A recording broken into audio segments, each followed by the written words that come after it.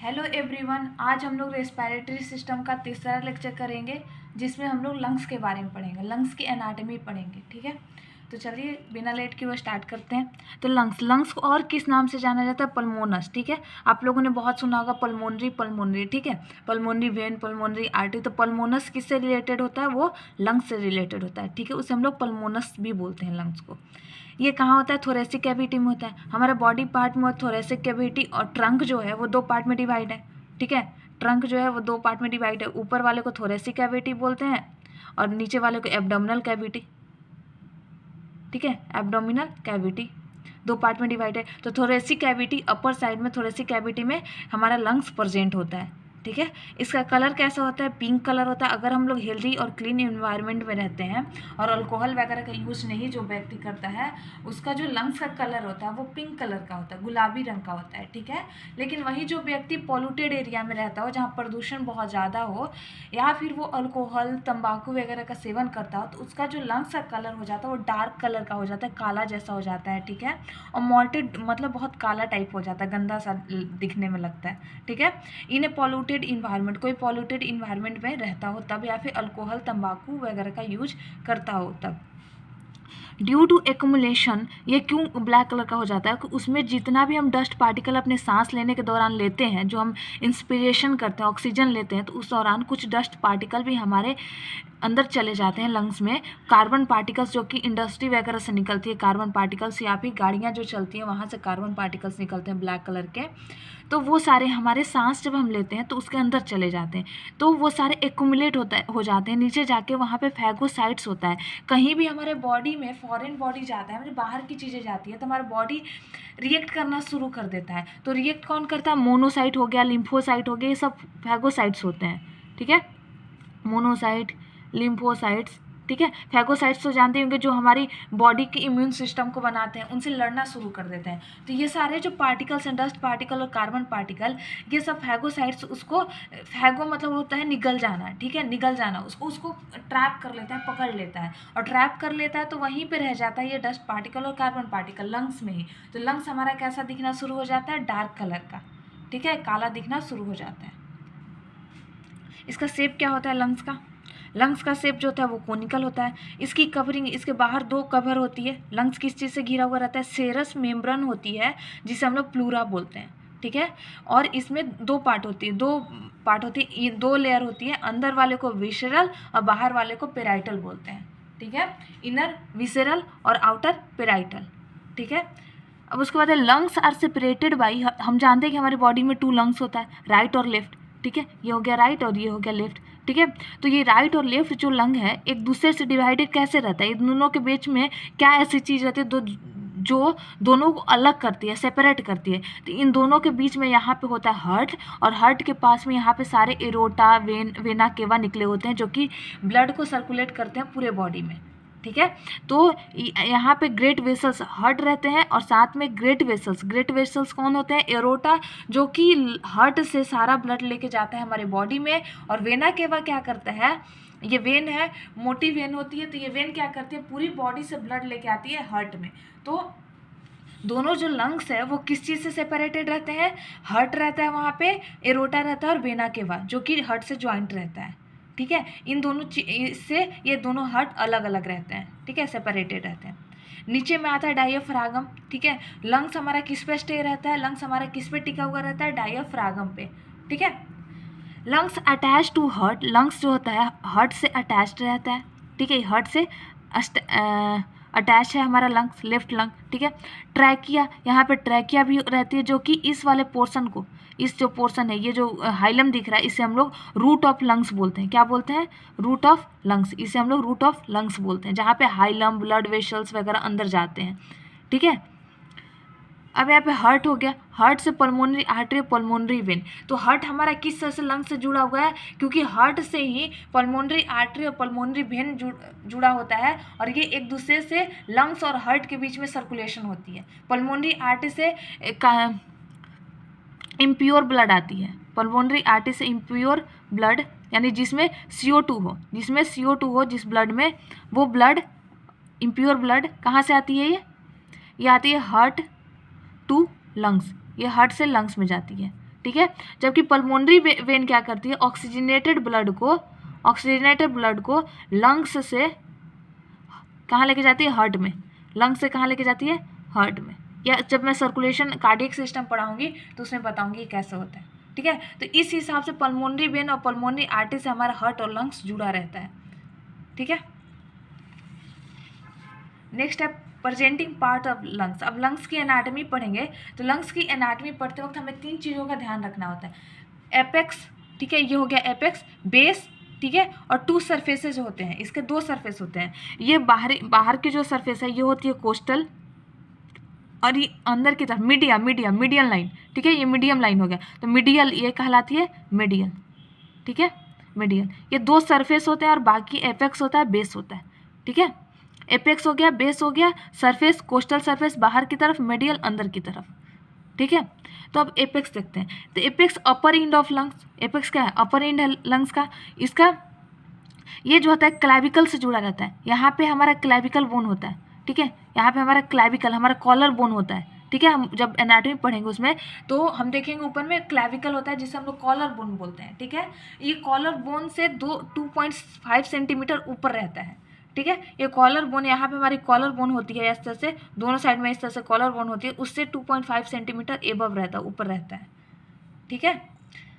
Apex covered by clavicle pleura, ठीक है। यहाँ पे हम जानते हैं कि प्लूरल मेम्ब्रेन से हमारा लंग्स कवर्ड रहता है, तो प्लूरल मेम्ब्रेन को भी डिवाइड किया जाता है, ठीक है। प्लूरल मेम्ब्रेन को क्लैविकल प्लूरा भी बोला जाता है, कोस्टल प्लूरा बोला जाता है, मिडिस्टर्नल प्लूरा बोला जाता है। तो ऊपर जो एपेक्स वाला जो पार्ट है वो क्लैविकल प्लूरा से कवर्ड रहता है, ठीक है।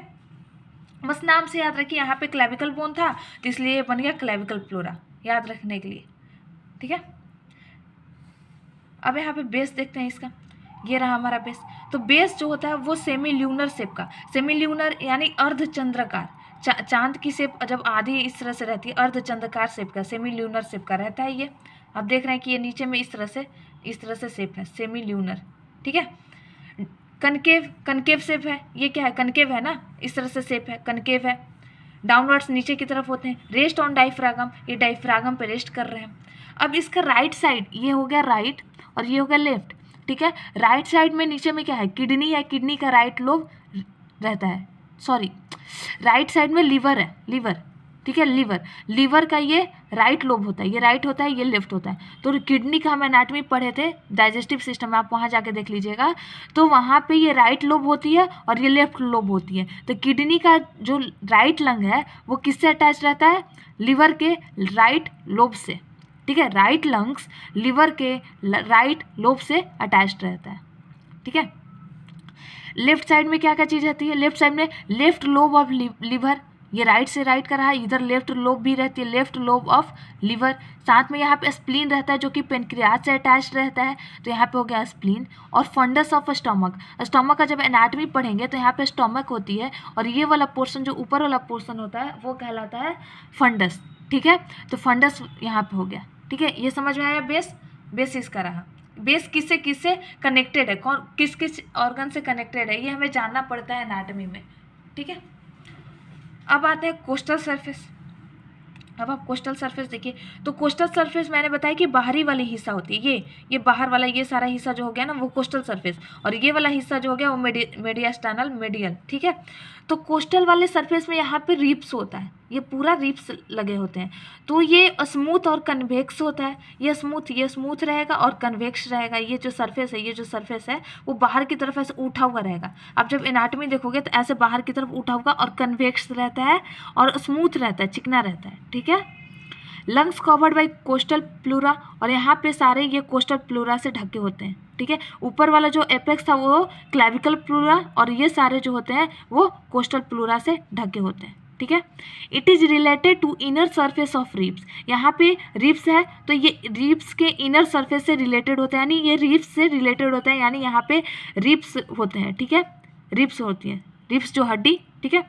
और रिब्स के बीच में, 2 रिब्स के बीच में कौन सा कार्टिलेज होता है, हमें पता है कि 2 बोन ज्वाइंट एक दूसरे से तभी रहते हैं जब उनके बीच में कार्टिलेज होता है। तो 2 रिब्स वो किससे ज्वाइंट रहते हैं, कोस्टल कार्टिलेज से। इसीलिए ये जो हमारा लंग्स है, जो लंग्स और कोस्टल सरफेस है वो रिब्स से ज्वाइन रहता है और साथ साथ यहाँ पे इन दोनों के बीच में, ये दो कार्टिलेज के बीच में यहाँ पे कोस्टल कार्टिलेज होता है, ठीक है, कोस्टल कार्टिलेज। ये सारा नाम एक दूसरे से रिलेटेड है, आपको याद करने में कोई परेशानी नहीं। कोस्टल सरफेस, कोस्टल कार्टिलेज, ठीक है, और रिब्स, फिगर से आप समझ लीजिए, ठीक है।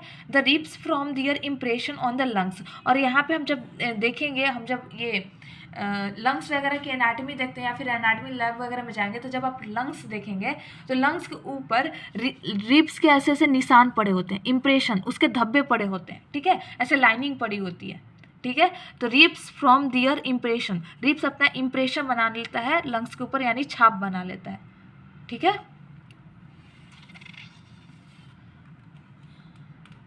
अब मेडियास्टेनल सरफेस देखिए, मीडियल सरफेस ऑफ लंग्स। तो मीडियल सरफेस ऑफ लंग्स जो है ये हो गया, ये कहलाता है मीडिया, ठीक है। ये मीडिया हमारे बॉडी के बीचों बीच क्या होता है, मीडिया, ठीक है, मीडिया।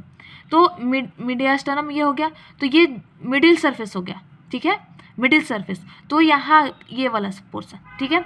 तो मिडिल सरफेस में क्या होता है, हाइलम होता है। ये वाला जो पोर्सन हुआ यहाँ पे, जो ब्लैंक पोर्सन है, ये कहलाता है हाइलम, ठीक है, हाइलम, या फिर इसे रूट ऑफ लंग्स कहा जाता है, रूट ऑफ लंग्स, ठीक है, हाइलम या फिर रूट ऑफ लंग्स, ठीक है। ये ट्रायंगुलर शेप होता है, इसका जो शेप होता है यहाँ पे, ये जो ये जहाँ से ब्रोंकस सारा क्रॉस करता है, ब्रोंकस, वेन, आर्टरी, इसका शेप हल्का सा ट्रायंगुलर शेप का रहता है, ठीक है।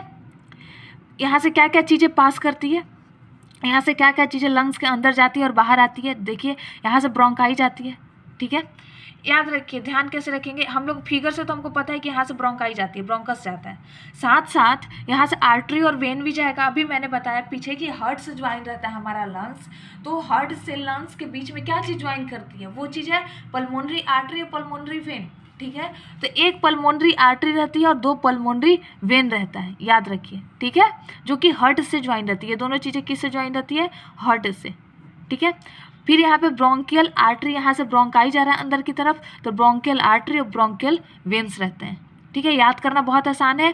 मैंने हार्ट से जब रिलेशन देखी है तो पल्मोनरी आर्टरी, पल्मोनरी वेन, यहाँ से ब्रोंकस अंदर जा रहा है तो ब्रोंकियल आर्टरी और ब्रोंकियल वेन भी अंदर की तरफ जाते हैं, ठीक है। साथ में अब वहाँ पे कुछ नर्व्स भी तो रहते हैं, नर्व्स रहेंगे, लिम्फ नोड्स रहेगा, तो पल्मोनरी प्लेक्सेज ऑफ नर्व्स, नर्व्स तो हमारे बॉडी में हर जगह रहते हैं ना, तो यहाँ भी नर्व्स होंगे, न्यूरॉन्स होगा, ठीक है। और लिम्फ नोड यानी लिम्फेटिक सिस्टम भी रहेगा यहाँ पे, लिम्फेटिक सिस्टम भी प्रेजेंट रहता है, ठीक है। अब यहाँ फिगर से देखिए, एक मिनट, ये देखिए, तो फिगर हो गया। तो हम इंटीरियर पोर्शन, जो ये हमारा लंग्स था ना, ये जो हमारा लंग्स था, ये हमारा लंग्स, ठीक है, ये इधर का पोर्शन हम दिखला रहे हैं, इधर वाले पोर्शन को इस तरह से करके दिखला रहे हैं, ठीक है। अब देखिए, तो ये हो गया हमारा मीडियल पोर्शन, ये हमारा मीडियल हो गया। तो ये पूरा जो कहलाता है वो क्या कहलाएगा, हाइलम, हाइलम कहलाएगा। एक एक ब्रोंकस दोनों तरफ जाता है, यहाँ से जो आता है ब्रोंकस ऊपर की तरफ से ट्रैकिया से, तो ये हो गया ब्रोंकस जो दोनों तरफ जाता है, ठीक है। तो ब्रोंकस ये हो गया, एक ब्रोंकस रहता है, एक पल्मोनरी आर्टरी रहती है और दो पल्मोनरी वेन रहता है। उसके साथ साथ ब्रोंकस के साथ साथ ब्रोंकियल आर्टरी और ब्रोंकियल वेन भी अंदर की तरफ जाते हैं। अब यहाँ से ब्रोंकस आ रहा है तो यहाँ पे भी तो मसल्स है ना, यहाँ पे ये ऑर्गन है, तो इसको भी ब्लड सप्लाई चाहिए ब्रोंकस को, तो यहाँ से ब्रोंकस आर्टरी और ब्रोंकस वेन भी अंदर की तरफ जाता है ब्रोंकस के साथ, ठीक है, ब्रोंकाई के साथ।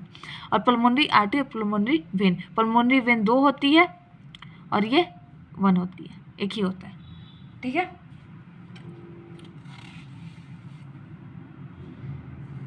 अब नेक्स्ट क्या देखना है इसमें, लोब्स ऑफ लंग, ये बहुत ही इंपॉर्टेंट है। हमें एनाटॉमिकल जब हम लोग कफ रिफ्लेक्सेस वगैरह पढ़ेंगे या फिर लंग्स में कहाँ पे पोस्चुरल ड्रेनेज, ठीक है, चेस्ट फिजियोथेरेपी, ये सारे प्रोसीजर जब हम पढ़ेंगे तो हमें उसमें लोब्स पता होना चाहिए लंग्स का, तभी हम कुछ भी लिख पाएंगे, ठीक है।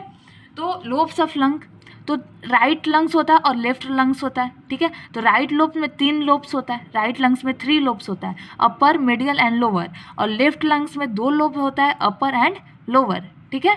अब यहाँ फिगर से देखिए, फिगर से समझिए, ठीक है। ये हो गया राइट लंग और ये हो गया लेफ्ट लंग्स। लेफ्ट लंग्स में 2 हो गया, अपर और लोअर, और इनके बीच में ये एक सेक्शन होता है जो कि अपर और लोअर को डिवाइड करता है, जिसको हम लोग बोलते हैं ऑब्लिक फिशर, ठीक है। और यहाँ पे ये इस तरह से टंग नुमा जीव के आकार का एक ऐसे स्ट्रक्चर निकला हुआ होता है जिसको हम लोग बोलते हैं लिंगुअला, ठीक है, जो कि लिंगुअल किससे रिलेटेड होता है, हमारा टंग से, हमारा किससे रिलेटेड होता है, टंग से, उसी से इसका नाम पड़ा है लिंगुला। ठीक है, ये टंग लाइक का स्ट्रक्चर होता है, टंग लाइक इसका स्ट्रक्चर होता है, ये हमारे जीभ से रिलेटेड है, लिंगुआ भी जीभ को बोलते हैं।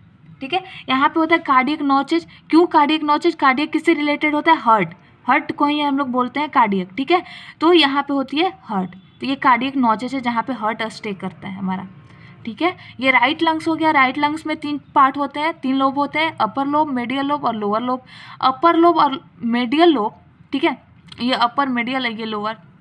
अपर और मीडियल लोब जो है वो हॉरिजेंटल फीचर से डिवाइड होते हैं, देख रहे हैं ये शेप हॉरिजेंटल है, जबकि वही मीडियल और लोअर जो है वो ऑब्लिक फीचर से, ये ऑब्लिक है स्ट्रक्चर, ये हॉरिजेंटल फीचर्स है। ठीक है, और ये वाला जो ऊपर कहलाता है ये कहलाता है एपिकल, सॉरी एपिकल।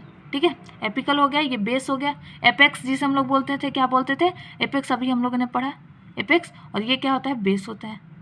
ठीक है, तो आई थिंक आपको ये लेक्चर और नोट्स पसंद आई होगी। मैं इसका लेक्चर PDF के रूप में डिस्क्रिप्शन में डाल दूँगी। अगर आपको ये लेक्चर और नोट्स पसंद आई होगी तो प्लीज़ चैनल को लाइक एंड सब्सक्राइब करें, क्योंकि आपके सब्सक्रिप्शन और लाइक से और शेयरिंग से मुझे मोटिवेशन मिलेगी आगे की वीडियो बनाने में। तो थैंक यू वेरी मच।